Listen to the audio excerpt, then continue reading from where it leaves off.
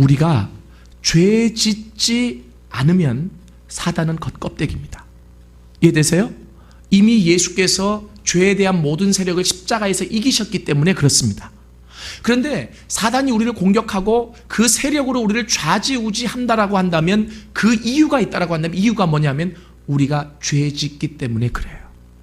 그래서 중요한 게 뭐냐면 죄 용서가 그렇게 중요한 이유가 거기에 있어요. 죄 용서함을 받으면 사단이 나를 건들지도 못해요.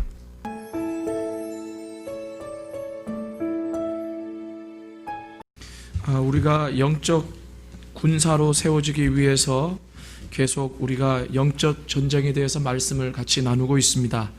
오늘 세 번째로 우리가 영적 전쟁에 있어서 이 영적 전투를 싸워야 될 이 궁극적인 이유가 어디에 있는지, 그리고 우리는 누구와 싸워야 될지, 이 부분에 대해서 오늘 성경 말씀을 통해 우리가 좀 자세히 알아갔으면 좋겠습니다. 실은 이 영적 전쟁이라고 하는 것은 만만한 싸움이 아닙니다. 우리가 똑바로 알아야 하고 준비해야 하고, 그리고 싸울 때 우리에게 궁극적인 승리가 주어질 수 있습니다. 먼저 제가 이제 첫째 시간에 첫 번째로 이 영적 전투에 대해서 이야기를 할 때 기본적인 이야기를 했습니다만은, 오늘 이 성경 본문을 통해서 여러분들하고 나누고 싶은 것은 우리가 영적 전쟁을 해야 될 궁극적인 이유가 바로 무엇이냐라고 하는 것입니다. 그것은 첫 번째로 구원받은 이후부터 우리의 주된 싸움은 혈과 육에 대한 싸움이 아니기 때문이다라고 오늘 성경에서 바울 사도는 이야기하고 있습니다. 여러분, 제가 그런 말씀을 드렸죠.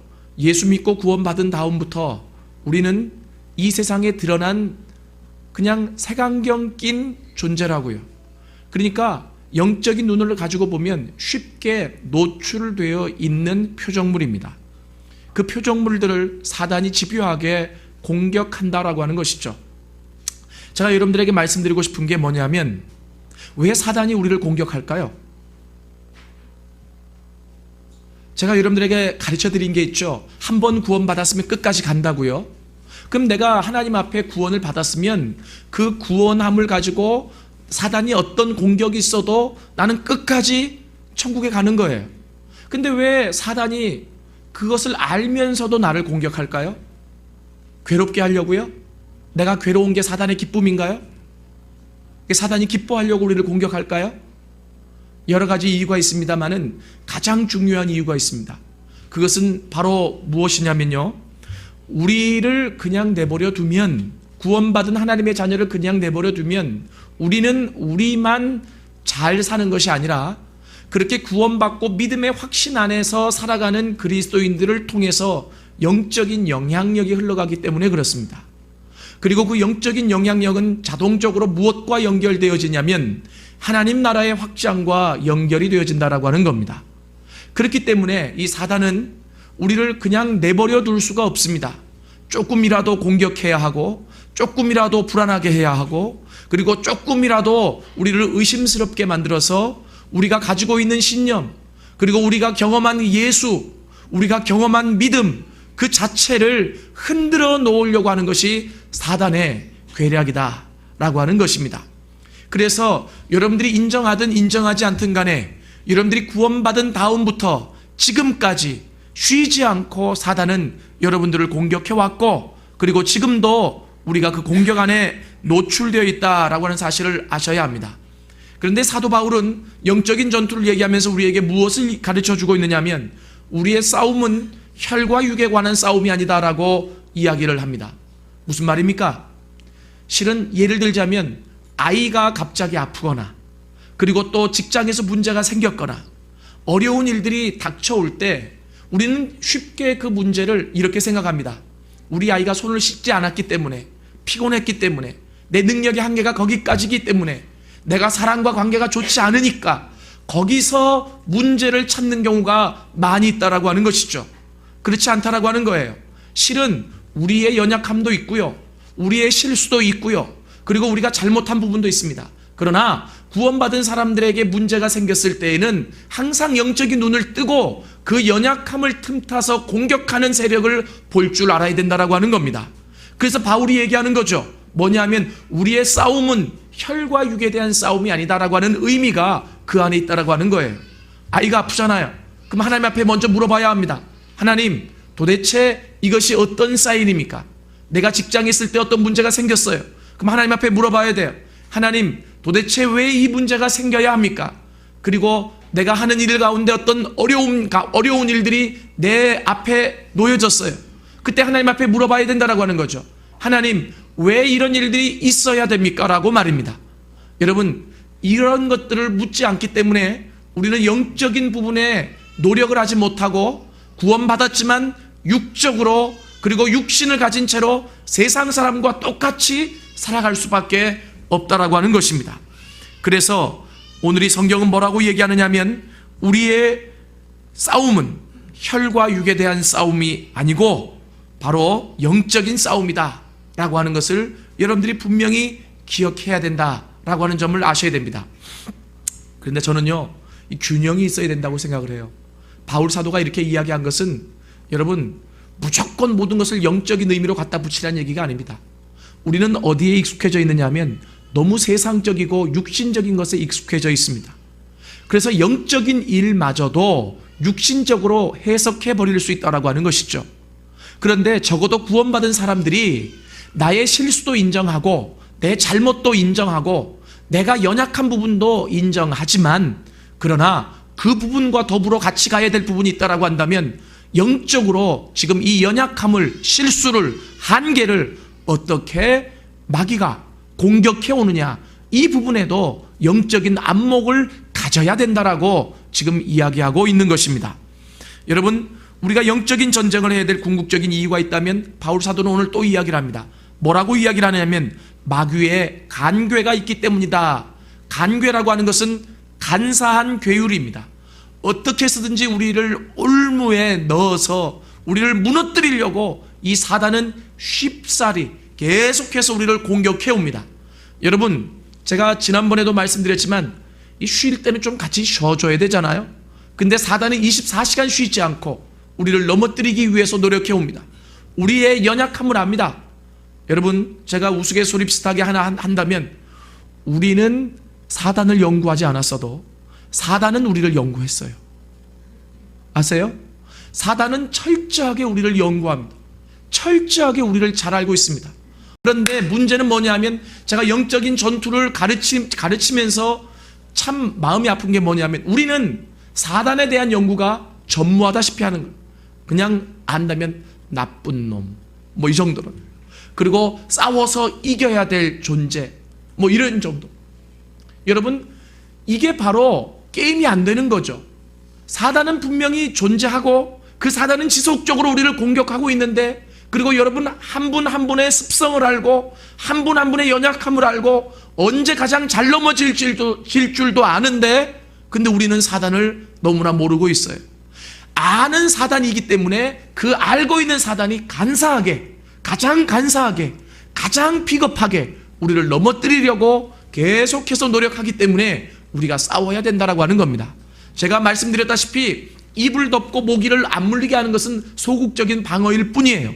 싸워서 이기는 것이, 그 세력을 섬멸하는 것이 바로 나를 지키는 것이고 가족을 지키는 것이고 그리고 하나님의 나라를 확장시켜가는 하나의 중요한 이유가 된다라고 하는 것입니다.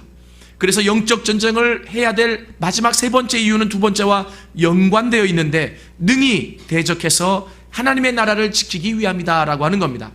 나를 대적해오는 공격을 내가 싸워서 이길 수 있다라고 한다면요, 그것은 바로 어떤 일이냐면 그 존재 하나를 넘어뜨리는 것이 아니라 그 존재를 내버려 뒀을 때 나뿐만이 아니라 공격당할 수 있는 그 많은 사람들을 내가 보호하는 격이 되기 때문에 그렇습니다. 믿습니까? 그래서 제가 저번에 얘기했죠. 이제는 하나님이 우리로 하여금 싸우게 하신다고요. 왜냐하면 더 이상 다른 사람들이 나를 대신해서 싸우는 것 때문에 덕보는 자가 되지 말고 이제는 내가 싸워서 지키는 자가 되라. 내가 싸워서 가정을 지키는 자가 되고 내가 싸워서 교회를 지키는 자가 되고 내가 싸워서 이 나라와 민족을 지키는 자가 되라. 하나님께서 그렇게 말씀하고 계십니다. 참 마음이 아픈 것은 제가 한번 나눴습니다마는 이제는 옛날처럼 그렇게 청계산이나 그리고 이 북한산이나 구국을 위해 나라를 위해 기도하는 기도 소리가 점점 줄어들어 간다라고 하는 것이죠. 실은 그 기도 소리 때문에, 그 간절함 때문에 이 나라가 지켜 내려왔다라고 한다면 이제는 우리가 영적으로 깨어서 그 일을 감당해야 된다라고 하나님께서 말씀하고 계십니다. 왜냐하면 그만한 연륜이 되었기에, 그만한 경험이 있기에, 그만한 하나님이 어떤 분이신지 아는 지식이 있기에 하나님이 이제는 더 이상 어린아이처럼 젖만 물지 말고 이제는 청년의 때와 같이 일어서서 강한 그 군사가 되어 그 악한 적들과 싸워 이기라고 말씀하고 계십니다. 그러면 오늘 실제로 제가 여러분들과 나누기를 원하는 가장 중요한 이야기가 뭐냐 하면 우리가 싸워야 될 대상들입니다. 우리가 대상을 모르고 싸우는 거는요, 허공을 향해서 이 주먹을 뻘치는 것 같아요. 아무리 마귀가 보이지 않는다고 허공을 치면 개들이 많나요? 예? 그런데 보이지 않는다고 허공을 향해서 주먹만 던지는 사람들이 많다라고 하는 거예요. 그래서 제가 오늘 여러분들에게 말씀드리고 싶은 게 뭐냐면 우리가 싸워야 될 대상이 누구냐 알아야 된다라고 하는 거죠. 내가 물어보면 여러분 쉽게 대답할 겁니다. 사단. 그냥 얘기하면 끝이죠. 그렇지 않습니다. 이 사단도 뭐가 있는 줄 아세요? 조직이 있어요. 이 사단도 뭐가 있는 줄 아세요? 체계가 있어요. 조직과 체계를 가지고 긴밀하게 움직이고 있습니다. 사단은요, 우리보다 체계적이에요. 우리보다 조직적이에요. 실은 체계적이고 조직적인 것을 따지면 우리가 능히 이길 수가 없습니다. 그러나 중요한 것은 우리가 허술하고 연약함이 있다고 할지라도 하나님이 우리와 함께 하시기 때문에 이기는 거예요. 그리고 이제까지 이겨왔어요. 그런데 이제는 좀 더 전략적이 되라는 거죠. 예수께서도 제자들을 세상에 내보내시면서 뭐라고 말씀하셨냐면 너희들이 뱀처럼 지혜로우라 그랬어요. 그죠? 이 말은 무슨 말이냐면 사단이 그 정도로 체계적이고 전략적이고 조직적이라고 하는 거예요. 그런데 재밌는 거는요, 성경에서 이 사단의 조직에 대해서, 사단의 체계에 대해서 명확하게 나와 있는 구절이 거의 없습니다. 자, 사단의 조직도를 봅시다. 첫 번째, 우두머리는 누구고, 두 번째, 부대장은, 이렇게 나와 있는 구절이 없어요. 근데 유독히 오늘 이 성경 구절에 사단의 조직에 대해서 나와 있습니다. 사단의 조직에 대해서 구체적으로 나와 있는 구절이 오늘 이 구절 외에 전무하다고 얘기할 수 있어요.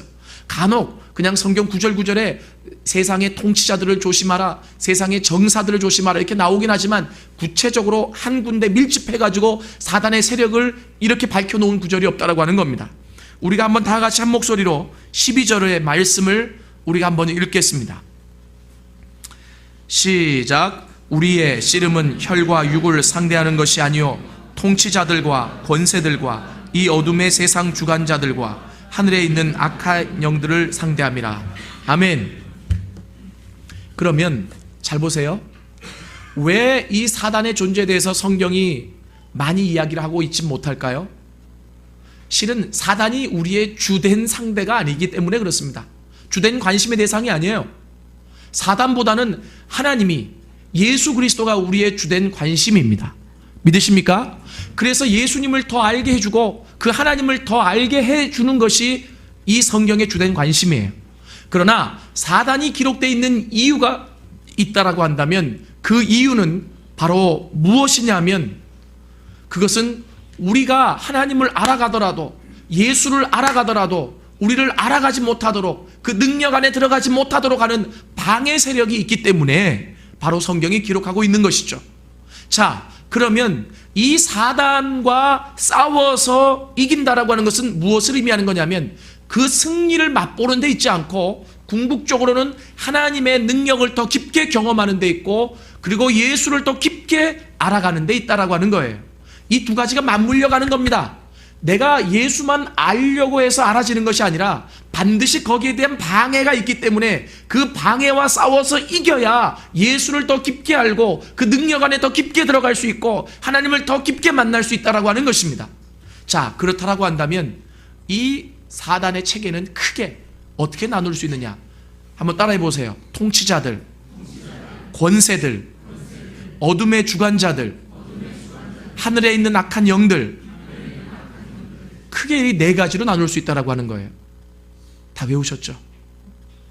다시 한번 해보세요. 통치자들, 권세자들, 어둠의 주관자들, 하늘에 있는 악한 세력들, 이 네 가지예요. 그러면 저는 이 성경을 보다가 좀 궁금한 것이 생겨났어요. 그것이 바로 뭐냐 하면 도대체 바울 사도는 어떻게 이것을 써놨을까? 자기도 보지 못했을 것이고 자기도 만지지 못했을 것이고 자기도 느끼지 못했을 텐데 어떻게 이 사단의 체계가 이렇게 나뉘어져 있다고 하는 것을 알 수 있었을까? 이것이 바울 사도의 위대함입니다. 왜 그러냐면 이 바울 사도는요, 뭐 하는 존재냐면 바울 사도는 영적인 전투를 최전방에서 싸운 전도자입니다. 그죠? 한 번 싸운 게 아니라 또 싸우고 또 싸우고 또 싸워서 죽는 날까지, 하나님이 부르시는 날까지 영적인 전투를 싸우며 기독교의 초반을 놓고 기초를 놓고 하나님의 나라를 확장시켜온 존재가 누구냐면 바울 사도입니다. 그러니까 보세요. 싸우는 사람이 대상을 알잖아요. 그죠? 여러분, 은사가 각자 다르지만 이 바울 사도의 은사는 영적인 전투의 최전방에서 싸우는 전사였다라고 하는 거예요. Spiritual warrior, 아주 강한 군사였습니다. 그런데 이 바울 사도가 싸우다 보니까 뭐가 보여지기 시작해요? 적들이 보여지는 거죠. 그죠? 저는 이렇게 생각해요. 처음부터 완벽하게 알아서 싸웠다라고 생각하지 않아요. 그런데 싸우다 보니까 우리처럼 사단 싸워야지, 내가 이겨야 돼. 근데 싸우다 보니까 아니, 얘네들이 체계가 있고 조직이 있고 아주 광대하게 전방위에서 움직이는 존재라는 것을 알아요. 그러다 보니까 나는 나를 위해서 싸웠고 가족을 위해서 싸웠는데 내가 맨날 여기서 찰랑찰랑거리고 싸워서 이겨봤자 사단은 위에서 역사하고 옆에서 역사할 때 나는 여기서는 승리를 거뒀지만 위가 무너지니까 다 무너지는 거예요. 옆이 무너지니까 다 무너지는 거죠. 여러분, 실은 오늘 이 말씀을 드리면서 알아야 될 게 있어요. 우리는 영적인 전투를 싸운다고 했을 때 단지 나에게 공격하는 그 대상만 싸우기를 원하는데 싸움은 어떻게 싸워야 되냐면요, 전방위에서 싸워야 돼요.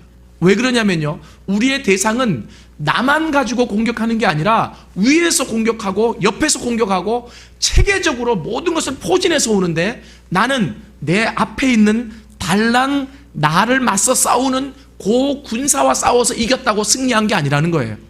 여러분, 그런 거 경험 못 해보셨어요? 뭐냐 하면 교회 와서 내가 승리를 경험했어요.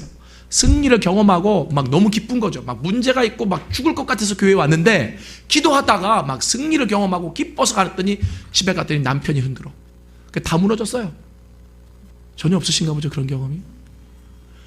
막 교회 와서 너무나 기쁘고 막 그래 갔는데 집에 갔더니 애들이 속 썩여가지고 다 날아가 버렸어. 이거 뭐예요? 영적인 전투가 우리는 우리의 그 영역에서만 싸우는 것을 생각하는데 그렇지 않다라고 하는 겁니다. 실은 전방위에서 내가, 여러분 보세요. 나는 나 혼자 사는 게 아니잖아요. 그죠? 내가 소속된 사회가 있고 가정이 있어요. 내가 소속된 국가가 있어요. 그죠? 여러분, 내가 아무리 영적인 승리를 경험했다고 할지라도 지진이 나서 무너졌어, 모든 게. 그럼 다 날아갈 수 있는 거 아니겠어요? 그죠? 그렇기 때문에 이 바울 사도는 지금 이 적대자들이, 우리가 싸워야 될 영적인 상대자들이 어떻게 각 요소에 포진을 하고 있고 그들이 무슨 세력을 장악하고 있고 어떻게 흔들어서 우리를 넘어뜨리려고 하는지를 가르쳐주고 있어요. 이 부분이 보여져야 뭐가 되어지냐면 기도를 하더라도 체계적으로 할 수 있고, 그리고 어떻게 싸울 수 있냐면 강하게 싸울 수 있다라고 하는 거예요. 믿습니까? 여러분, 나는 그래서 오늘 여러분들에게 이 실체들, 실은 이 실체들을 여러분들에게 완벽하다라고 하는 말은 좀 흠이 있지만 좀 제대로 여러분들에게 전달해드리고 싶습니다. 먼저 바울이 말한 첫 번째 통치자들이 있습니다. 통치자들. 이 통치자들은 저번에 개역 한글 성경에는 정사들 이렇게 나와 있습니다. 정사들. 영어로 보면 뭐냐면 룰러입니다. 룰러. 룰러가 뜻이 뭐예요? 통치자들이라니까요. 함정에 넘어가지 마시고, 이 통치자들, 그 영어로 룰러예요. 그런데 이 세력들은 어떤 세력이냐면, 잘 보십시오. 인간은 혼자 살아갈 수 없죠. 그래서 항상 조직을 만들고, 그리고 체계를 만들고, 조직과 체계 위에는 뭐가 있어요? 상위 계급이 있어요. 권력의 구조가 있죠. 이 통치자들은 항상 인간이 만들어 놓은 그 조직과 체계의 권력의 구조에 틈타서 역사하는 세력들이에요. 그러니까 여러분 잘 보세요. 뭐냐면 사단은 우리 한 사람을 넘어뜨리는데 모든 목표가 있는데 내게 병을 주고 그리고 나를 힘들게 만들어서 넘어뜨리는 것만이 넘어뜨리는 게 아니고 어떻게 하면 완전히 넘어지는지를 알아요. 그건 뭐냐 하면 내가 속한 조직이 흔들리는 거예요. 그리고 내가 속한 나라가 흔들리는 거고, 그리고 내가 속한 지역이 흔들리는 거죠. 이해되세요?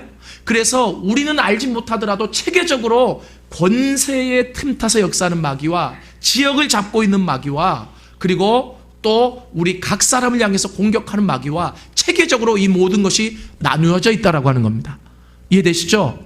그러면 맨 처음에 이 통치자들, 바울이 얘기했어요. 우리는 혈과 육에 대해 싸우는 게 아니다. 통치자들을 대항해서 싸워야 된다라고 얘기를 하고 있어요. 통치자들이 누구냐? 이 통치자들은 바로 무엇이냐면 인간의 권위 구조에 들어와서 싸우는 자들이에요. 이것을 좀 이해하기 쉽게 위해서 구약의 경우를 한번 예를 들게요. 고대 근동 사람들은요, 항상 이 성읍을 만들고 그 성읍 안에서 살았답니다. 그런데 그 성읍의 가장 중요한 지점이 되는 것은 성문이에요. 왜냐하면 그 성읍의 지도자들이 항상 성문에 모여가지고 의사를 결정했다라고 그래요. 성읍에 사는 사람들을 어떻게 통치할까? 이해되시죠?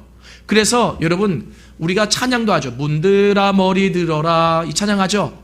구약에 보면 문이 많이 나오잖아요. 이 문은 굉장히 중요해요. 이 문은 무엇을 의미하는 거냐면 바로 그 시대 그 나라 사람들의 최고의 의결 기관을 하던 장소예요. 오늘날로 말하면 국회의원들이 모이는 국회의사당, 그리고 대통령이 살고 있는 청와대, 이런 곳을 지칭하는 거죠. 이해되세요? 그런데 그곳에 있는 사람들이 그곳에 모여서 의사를 결정하는데 중요한 것은 그 성문만 있고 달랑 아무것도 없는 게 아니라 그 성문에서 그 지도자들이 모여서 결정을 하고 성읍에 사는 사람들을 통치하는데 그 사람들을 잘 보호하기 위해서 뭘 만들어요? 성벽을 만들어요. 그죠? 그리고 그 안에 사는 사람들이 누구예요? 성읍민들 아닙니까? 그죠? 그런데 중요한 것은 왜 성벽을 만드냐 하면 이 성벽을 통해서 그 안에 사는 사람들을 보호하기 위함 아닙니까? 그러면 여러분 잘 들어보세요. 아무리 성문에서 지도자들이 모여서 회의를 한다고 할지라도 성벽이 무너지면 그 성 안에 살고 있는 사람들은 공격을 받아요? 안 받아요? 받죠. 그죠? 그리고 결국은 성문까지도 회파되어질 수 있다라고 하는 겁니다. 사단은 그 사실을 알아요. 그래서 어떻게 하든지 이 사람이 살고 있는 이 세계의 온전한 구조라고 할 수 있는 이 성문과 같은 그리고 성벽과 같은 이 구조를 흔들어서 그것을 회파하기를 원해요. 이해되세요? 그래서 가장 먼저 하는 일이 뭐냐면 성벽이 무너지면 성문은 무너지게 돼 있어요. 이해되세요? 성벽이 무너지면 그 안에 있는 사람들도 공격받게 돼 있어요. 그래서 사단이 하는 가장 첫 번째 일이 뭐냐면요, 경건하지 않은 지도자를 세우는 거예요. 그러니까 성문과 성벽이라고 하는 것은 여러분 하나의 예예요. 예. 여러분 느헤미야가 바벨론 포로에서 돌아와가지고 성전도 지어야 되고 학교도 지어야 되고 가정도 지어야 되는데 느헤미야가 가장 먼저 한 일이 뭔지 아세요? 성벽을 재건했다 그랬어요. 그죠? 왜요? 성벽의 재건 없이 성전을 지어도 소용이 없어요. 적으로부터 공격을 받으면 무너지게 돼 있잖아요. 그죠? 그래서 성벽을 재건했다라고 하는 거예요. 그러니까 이 성벽이 무너지면 성문이 무너지는 것은 하루아침이고 그 안에 있는 모든 사람들이 공격받게 돼 있다라고 하는 거예요. 여러분, 그러면 사단은 지금도 지속적으로 성벽을 무너뜨려서 성문을 무너뜨리고 그리고 그 안에 있는 사람들을 공격하기를 원해요. 이게 통치자들이 하는 일이라는 거예요. 이해되세요? 그러면 오늘날의 성벽과 같은 일, 이 성벽은 성문과 연결되어 있다 그랬죠? 그럼 성벽이 무너지면 성문이 무너지는 거예요? 그러면 실질적으로 이 사단이, 이 통치자들이 하는 일이 바로 무엇이냐면 첫 번째는 경건하지 않은 지도자들을 세우는 겁니다. 실은요, 여러분 이렇게 생각하지 마세요. 뭐냐면 예수 믿는 사람들이 다 대통령 할 수 없잖아요. 그죠? 그리고 예수 믿는 사람도 믿는 나름이지, 신앙이 날라리인 사람이 뭐 예수 믿는다고 대통령 한다고 해서 이 나라가 더 잘 되는 건 아니잖아요. 그러니까 어떤 신앙을 갖느냐도 중요한 거죠. 그래서 우리가 정말 바라야 될 것은 정말 중심이 흔들리지 않는, 여러분 잘 보세요. 예수를 믿지 않는다고 할지라도 대통령이 중심이 똑바로 가지고 우리가 기도하면서 그 중심이 흐트러지지 않으면 이 나라 잘 통치할 수 있어요. 이 말을 오해하지 마세요. 하도균 목사가 예수 믿지 않는 사람 대통령 돼도 된다더라 이런 얘기가 아니거든요. 예? 이거 오해하지 말고 들으세요.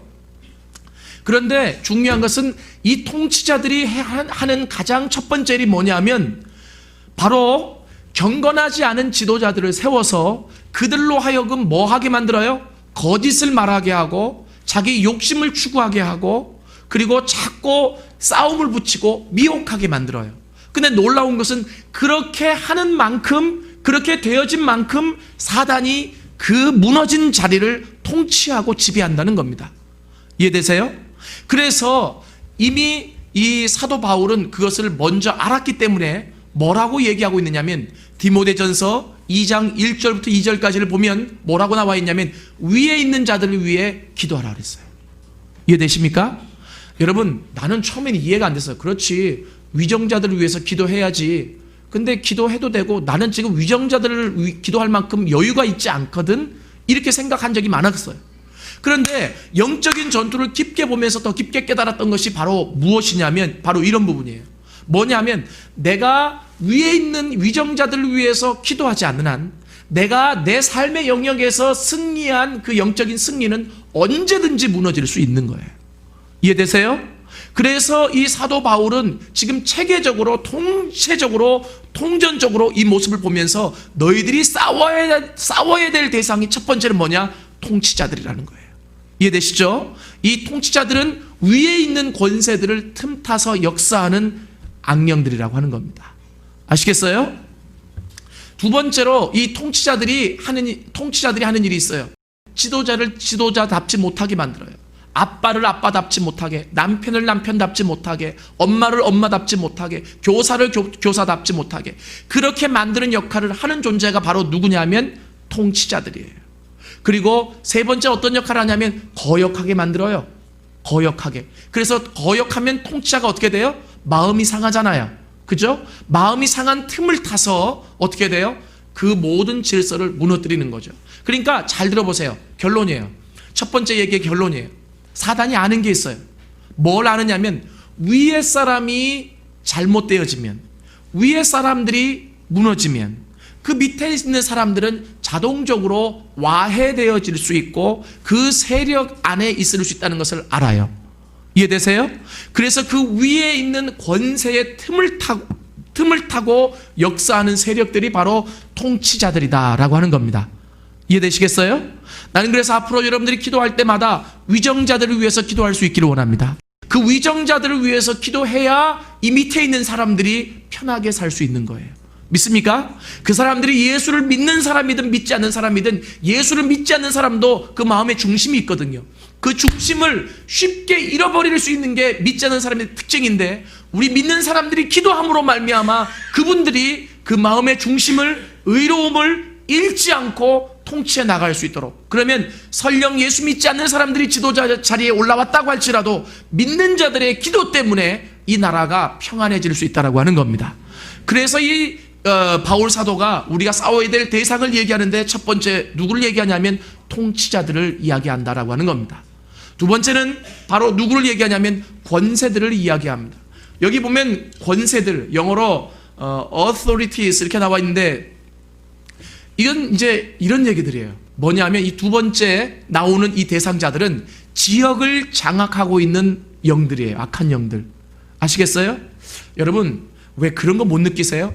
어느 지역에 가면 굉장히 음란하고 어느 지역에 가면 굉장히 폭력적이고 또 어느 지역에 가면 굉장히 평온하고 이런 거 못 느끼세요? 이 지역적인 차이가 있어요.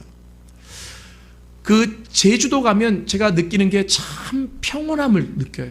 제가 일본에 자주 가면서 한 섬을 꼭 이렇게 방문하는데 내가 갑자기 생각하려니까 그 섬 이름이 생각이 안 나는데 섬도 평화의 섬이에요. 이름이요. 근데 그곳에 가면은 교회가 하나가 있는데 다 쓰러져 가요. 근데 그곳에 가면 너무 평화스러워요.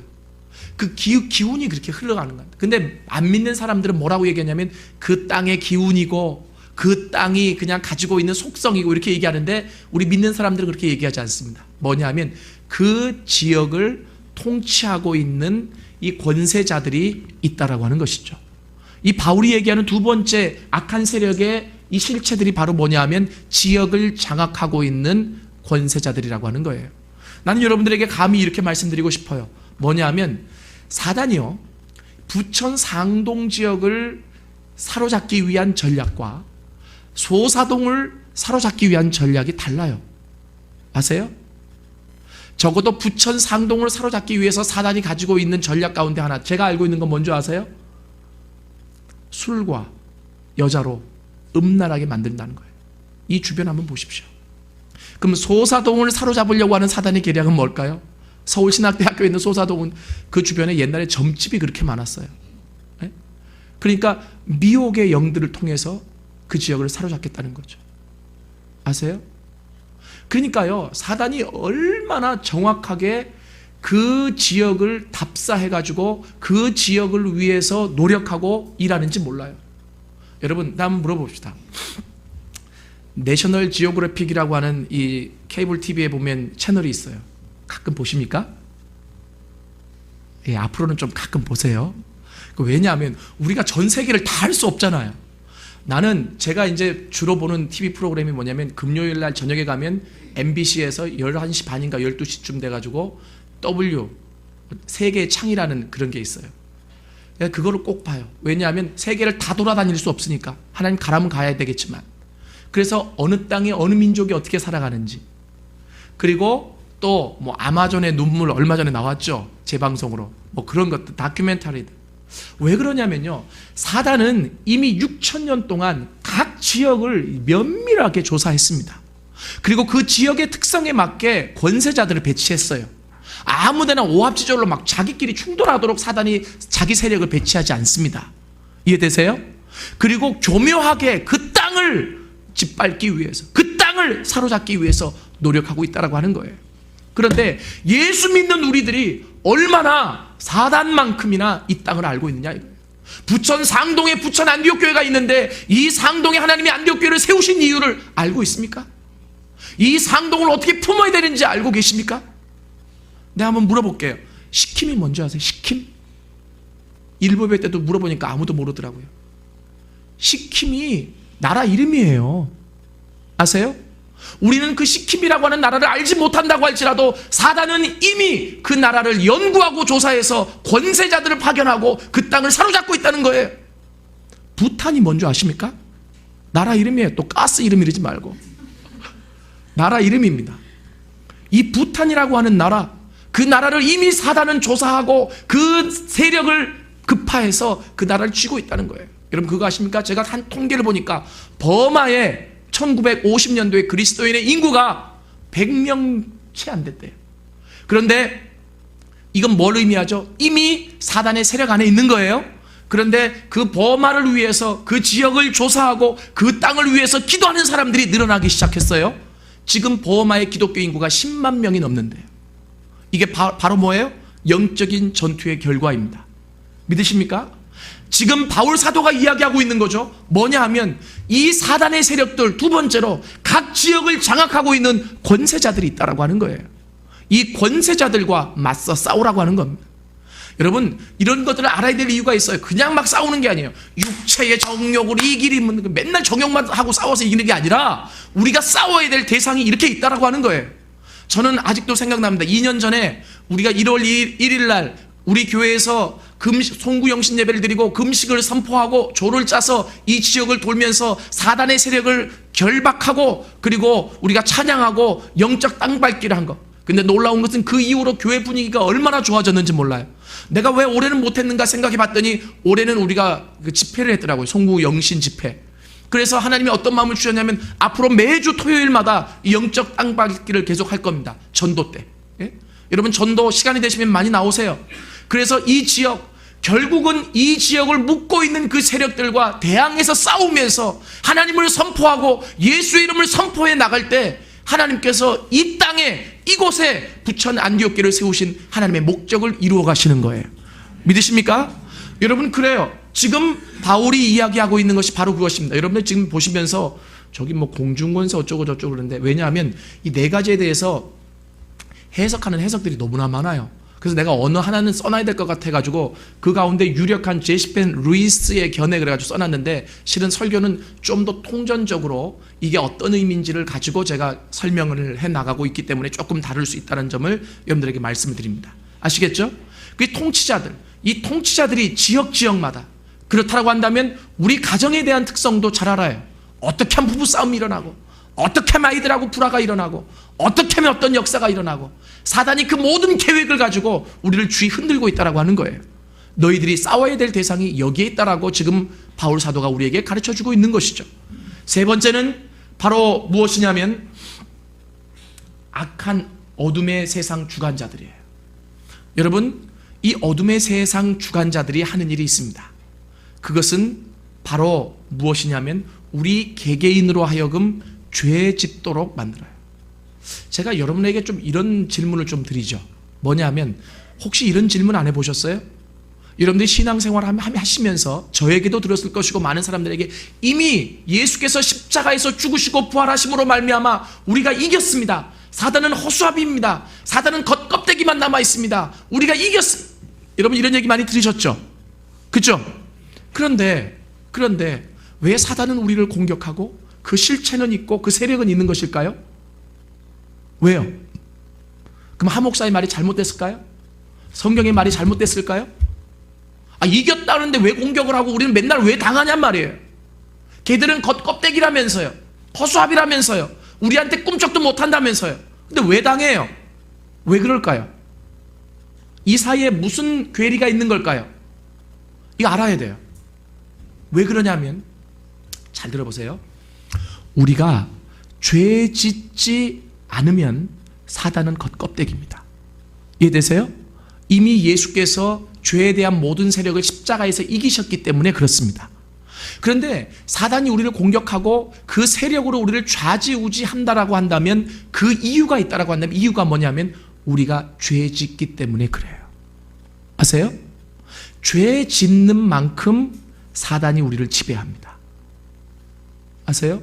그래서 중요한 게 뭐냐면 죄 용서가 그렇게 중요한 이유가 거기에 있어요. 죄 용서함을 받으면 사단이 나를 건들지도 못해요. 이해되시죠? 한번 따라해 보세요. 죄 짓는 만큼 사단은 나를 지배하고 세력을 확장시킨다. 아멘. 아셔야 돼요. 그러니까 여러분, 가장 중요한 것은 죄 짓지 말아야 하고 지었으면 씻을 수 있는 십자가 앞으로 나오셔야 된다는 얘기예요. 믿으십니까? 그러니까 이 어둠의 세상 주관자들이 하는 일이 뭔지 아세요? 계속해서 우리로 하여금 미혹하게 만들고 거짓말하게 만들고, 그러면서 우리를 자꾸 유혹을 줘서 뭐하게 만드냐면 죄 짓게 만들어요. 근데 죄 짓는 만큼 사단이 나를 지배해요. 그리고 지배하는 것에는 뭐가 있어요? 세력이 있는 거예요. 이해되시죠? 그래서 어둠의 세력이 있는 거고, 그런데 중요한 것은 내가 반복해서 짓는 죄가 있죠? 그럼 반복해서 죄를 짓는 만큼 어떻게 돼요? 견고한진이 되는 거예요. 아시겠어요? 여러분, 우리 안에는 깨트리지 못할 견고한 진들이 다 있을 수 있어요. 그 견고한 진이 어느 날 갑자기 생긴 게 아니거든요. 하나님 앞에 그 하나님을 예배한다라고 하지만, 그 하나님을 신앙한다라고 하지만 그 하나님을 제대로 예배하지 못하고 내가 지속적으로 반복적으로 짓는 죄가 있어요. 근데 반복적으로 죄를 짓는 만큼 죄의 세력이 나를 지배하고, 이게 한번 세력이 굳혀졌어요, 또 굳혀져요, 또 굳혀져요. 이게 단단해지는 거죠. 이해되십니까? 그래서 견고한 진을 만들어가는 거예요. 이 역할을 감당하는 게 누구예요? 어둠의 세상 주관자들이에요. 우리가 싸워야 될 대상이 여기 있다라고 하는 겁니다. 그러나 아무리 강력한 견고한 진이라고 할지라도 예수 이름 앞에 무너집니다. 그 십자가의 능력 안에서 무너질 수 있습니다. 나는 그 견고한 진을 내가 품고 있는 것이 문제라고 생각을 해요. 이것을 주님 앞에 가지고 나오면 돼요. 십자가 앞에 가지고 나오면 돼요. 그 능력으로 깨어질 수 있어요. 여러분, 그래서 오늘 여러분들이 이 사실들을 잘 아셔야 돼요. 그리고 마지막 네 번째로는 하늘에 있는 악의 영들이라 그랬습니다. 이 하늘에 있는 악의 영들은요, 이렇게 얘기할 수 있습니다. 뭐냐면 사단의 행동 대원들과 같다고. 이해되세요? 다시 말하면 아까 얘기했죠. 통치자들, 권세자들, 그 다음에 어둠의 주관자들, 그죠? 이 일들을 감당하는 행동대원들이야. 아시겠어요? 너 가서 해라. 그러면 가서 움직이고, 이거 해라 하면 움직이는, 우리가 싸워야 될 대상이 바로 여기에 있다라고 하는 것입니다. 아시겠어요? 다시 한번 따라합시다. 통치자들, 권세자들, 어둠의 세상 주관자들, 하늘에 있는 악한 영들. 여러분, 그러니까 잘 보세요. 우리는 이제까지 영적인 전투를 싸워도 누구랑 싸워왔는가 하면 하늘에 있는 악한 영들과 싸워왔는지 몰라. 걔들하고만. 아시겠어요? 조금 더 나갔다고 한다면 이 세상의 주관자들하고 싸워왔는지 몰라요. 근데 바울은 뭘 얘기하고 있어요? 그것만 싸워서는 완전한 승리가 없다라는 거예요. 왜요? 위에서 무너뜨리고 지역에서 무너뜨리면 모든 게 다 끝장날 수 있다는 거죠. 이해되십니까?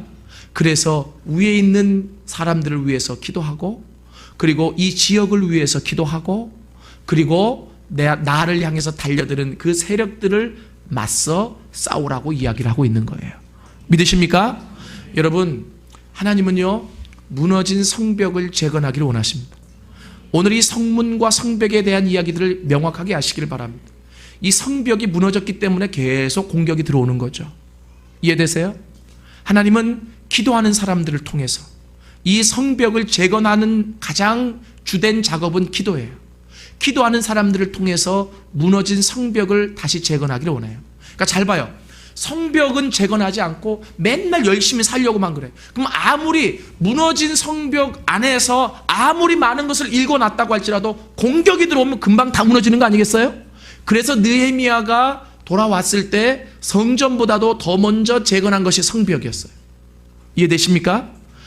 따라합시다. 무너진 성벽을 재건하라. 무너진 성벽을 재건하라. 아멘. 아멘. 돌아보십시오. 내 가정에 무너진 성벽이 있는지, 우리 교회에 무너진 성벽이 있는지, 이 나라에 무너진 성벽이 있는지 하나님은 지금도 찾으세요. 뭘 찾으시냐면 기도로 그 성벽을 재건하기를 원하시는 사람들을. 믿습니까? 기도로 그 무너진 성벽을 재건하기를 원하십니다.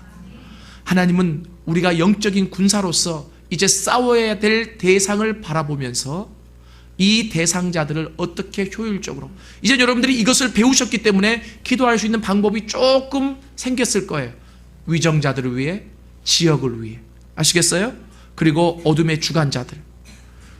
그러니까 죄는 계속해서 반복해서 지으면 안 돼요. 반복해서 짓는다 손치더라도 그 죄를 가지고 어디로 나와야 돼요? 십자가 앞으로 나와야 돼요.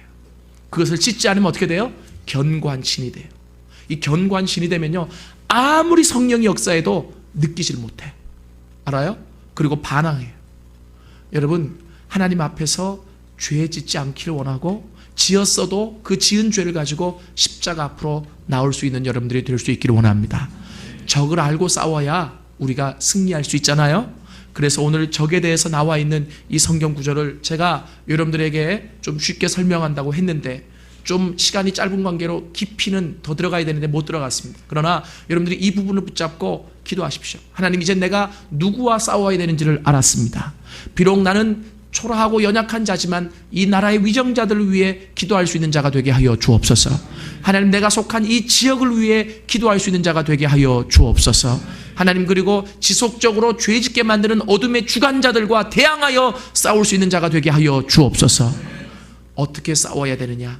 그 문제는 앞으로 이제 계속 다음 주, 그 다음 주 여러분들과 말씀해 나가겠습니다. 다 같이 한번 기도하시겠습니다. 다 눈을 감겠습니다. 하나님이 우리 교회를 향해서 이 연초에 영적 전쟁을 선포하게 하시고 영적 군사로 서게 하는 말씀을 선포하게 하시는 이유가 있다고 제가 첫째 시간에 말씀드렸습니다. 영적인 군사, 이 청년의 때를 거치지 않고 영적인 아베 단계로 넘어가는 경우가 없습니다. 요한일서에서 분명히 우리가 보았죠. 자녀들의 단계, 청년들의 단계, 아비들의 단계. 아비들의 단계는 영원한 하나님을 깊게 알아가는 단계라고 했습니다. 그런데 그 단계로 돌아가기 위해서 자녀의 단계에서 거쳐야 될 단계가 있는데 청년의 단계라고 하는 것입니다. 청년의 특징은 영적인 군사라 했습니다. 하나님이 목적을 가지고 끌어가시는 이 계획에 내가 부응할 수 있도록 도와주옵소서. 동참할 수 있도록 도와주옵소서. 여러분, 아까도 얘기했지만 이제 적은 알았는데 어떻게 싸워야 될지가 문제잖아요. 싸움에는 두 가지 차원이 있다 그랬죠. 소극적인 차원과 적극적인 차원. 적극적인 차원은 제가 앞으로 계속 풀어갈 것인데, 만약에 내가 힘이 붙인다고 한다면 소극적인 싸움이라도 싸우십시오. 그것은 무엇이냐면 나를 대신해서 싸우시는 하나님 품 안에 안기는 겁니다. 그 품 안에 들어가는 것입니다. 하나님 나 대신 싸워달라고 요청하는 것입니다. 하나님이 나 대신 싸우십니다. 오늘 이 네 가지 실체들을 바라보면서 내가 어떻게 싸워야 될지를 분명히 알았을 것입니다. 또 하나 싸우는 방법이 있다고 한다면 기도하는 거죠. 기도로 그 세력들을 묶고 그리고 이겨내는 것입니다. 오늘 말씀을 들으면서 하나님이 나에게 명령하시는 것들, 이 시간 주님 앞에 기도하면서 나가겠습니다. 우리 잠시 한 목소리로 하나님 앞에 다 같이 기도하시겠습니다. 기도합시다. 살아계신 아버지 하나님, 오시고 역사하여 주옵소서. 하나님 앞에서 우리가 온전한 군사가 되어질 수 있기를 원합니다. 이 시간 우리 하나 더 기도합시다. 여러분이 가정에서 해결해야 될 문제가 분명히 있을 겁니다. 그 문제만 가지고 기도하지 말고, 오늘 사도 바울이 얘기했던 것처럼 사단은 체계적이고 조직적으로 모든 것을 조직해서 싸우고 있다고 말씀하시죠. 그러면 우리 가정에 지금 누가 아파요, 누가 지금 어려워요, 어떤 시험에 들었어요. 그럼 그 문제만 해결해 달라고 그러지 말고 그와 연관되어 있는 직장을 위해서 기도하고, 그리고 그를 좌지우지할 수 있는 관계를 위해서 기도하고, 그리고 그 모든 주변의 상황들을 먼저 품고 공격이 들어오지 못하도록 우리가 막고 기도할 수 있기를 원합니다. 하나님, 그리고 궁극적으로 그 일을 해결하여 주옵소서. 우리가 이 시간에 우리 가정에 그리고 우리 개인의 그 문제들을 놓고 오늘 배웠던 것처럼 주변의 모든 세력들을 예수 이름으로 결박하고 무너진 성벽을 재건하며 하나님 본질적으로 그 문제가 해결되게 하여 주옵소서. 우리 시간에 하나님 앞에 다시 한번 기도하며 나가겠습니다. 기도합시다. 살아계신 아버지 하나님, 도와주시고 역사하여 주옵시기만을 간절히 바라옵고 원합니다. 아버지 하나님, 무너진 성벽을 재건해 나갈 수 있도록 도와주옵시고 공격을 막아 이겨낼 수 있도록 하나님 아버지 도와주옵시기만을 간절히 바라옵고 원합니다. 하나님 감사합니다. 오늘 이 시간을 통해서 우리가 싸워야 될 그 악한 영들의 실체를 드러내시니 감사합니다. 하나님, 이제 우리가 어떻게 더 구체적으로 싸워야 될지 알게 하셨사오니 여기에 지혜를 더하사 주님 체계적으로 싸울 수 있도록 도와주옵시고, 그 모든 세력들을 예수 이름으로 결박하며 혹시 내 가정에, 내 개인의, 이 교회에, 나라에 무너진 성벽이 있다면 재건하는 자들이 되게 하여 주옵소서. 예수님의 이름으로 기도드렸습니다.